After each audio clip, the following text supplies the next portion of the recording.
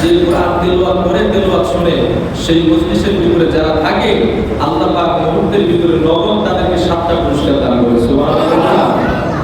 এর 1 নম্বর পুরস্কার হচ্ছে যে জায়গার মধ্যে কোরআন তেলাওয়াত হবে, ওই জায়গার ভিতরে যারা থাকবে, ওই জায়গার ভিতরে আল্লাহর পক্ষ থেকে অসীম রহমতের কৃপা, আল্লাহর পক্ষ থেকে সাকিনা অবতীর্ণ হবে। 2 নম্বর লাভ হচ্ছে তাদের উপরে আল্লাহর রহমত আসে।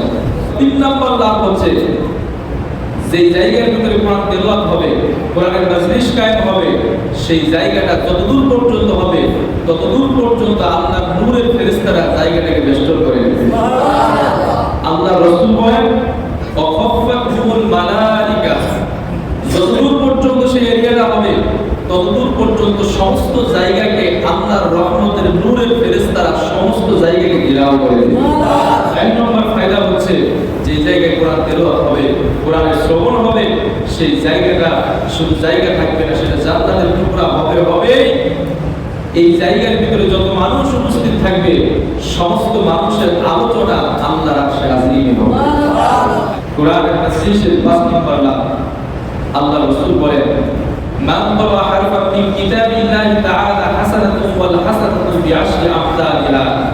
কোরআনের মজলিসের 5 নম্বর লাভ হচ্ছে সেই জায়গার ভিতরে যতটা হরফ পড়া হবে প্রত্যেকটি হরফের বিনিময়ে আল্লাহ পাক তাদের আমলনামায় 10টি করে নেকি দান করবেন। 6 নম্বর লাভ হচ্ছে সেই মানুষেরা যেন আল্লাহর সাথে কথা বলে। 7 নম্বর লাভ হচ্ছে কোরআন তেলাওয়াত করলে, কোরআন শুনলে, কোরআন জানলে এই মানুষগুলো হচ্ছে পৃথিবীর সর্বশ্রেষ্ঠ মানুষ।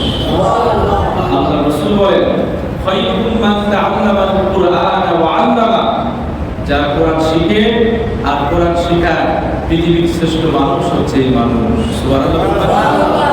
যারা কোরআন শিখে আর মানুষকে কোরআন শেখায় এরাই হচ্ছে পৃথিবীর শ্রেষ্ঠ মানুষ। শ্রেষ্ঠত্বের মানদণ্ডে আমরা পৃথিবীতে অনেক কিছুই মানি। শ্রেষ্ঠত্বের মানদণ্ডে মান ইজ্জত বলা হচ্ছে তারা যারা কোরআন শিখে আর মানুষকে কোরআন শেখায়।